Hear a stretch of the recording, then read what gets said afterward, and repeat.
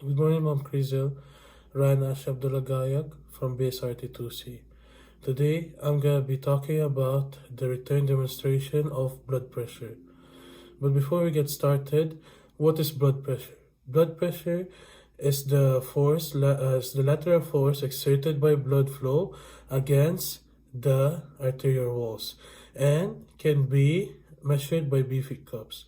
So first, the equipments that are needed is your jot down notebook, an alcohol swab, a stethoscope, and also a BP cup. So now, what are the modes of BP? You can either take it on either arm for the antecubital space, or you can take it at the at either leg at the popliteal space, or lastly, you can take it at the dorsalis pedalis at your foot. So what are the normal ranges for it? The normal ranges for it are, for infants, it's 50-40, 80-50. And for children, it's gonna be 87 and 48 and 117 and 64. For adults, it's gonna be 110, 70, 130, 90. So now, let's continue to the final course, the RD. So the first step is instruct the patients of the procedures of the RD. Explaining it to them makes them more comfortable with the procedure. And then ask them if they have engaged themselves in an activity, whereas they have smoked, drunk alcohol, or exercise within the 30 minutes. This is due to the fact that these types of activities can cause vasoconstriction, and it is most commonly shown within the 30 minutes mark, and it can dramatically alter any results.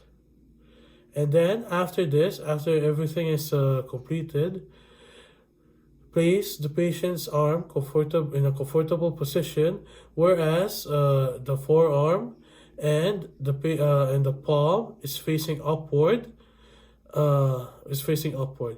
This makes it easier for the brachial artery to be shown, and also easier for the stethoscope to look and osculate the brachial artery. After this, as a physician, place yourself at least 3 feet or in a comfortable position where you have clear vision of the apparatus of the BP cuff. The clearer the vision you have of the BP cuff, the more accurate the results are. After this, place the BP cuff inflatable in the midway of the brachial artery, at least 2.26 centimeters away from the antecubital space.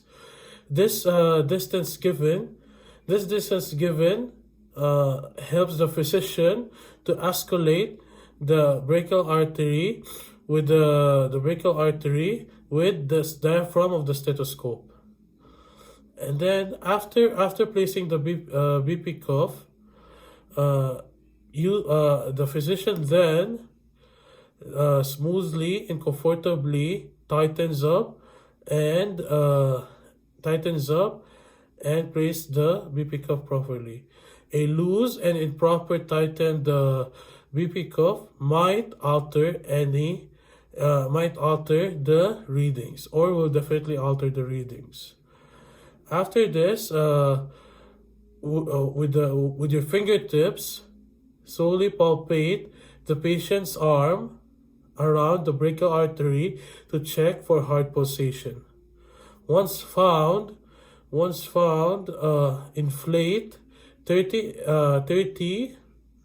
mmHg in the inflatable and use the stethoscope's diaphragm and place it to the brachial artery to identify the first and the last, the first sound.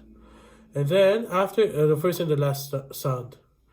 Using a stethoscope makes it easier for the physician to identify the pulse and avoid any missteps or misheard sounds that causes inaccurate results. And then after this, deflate the BP cuff, and also make sure to note down the first and the last sound that's heard. The first and the last sound that's heard is going to be used to identify to identify either if the patient has a normal blood pressure or an abnormal blood pressure. After this, assist the patient into removing the BP cup. And then write down in your jot down notebook any abnormal readings or the final reading of the patient.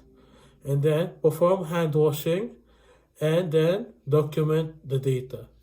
So that is it all, and so that's it for all the RD process of blood pressure, and thank you.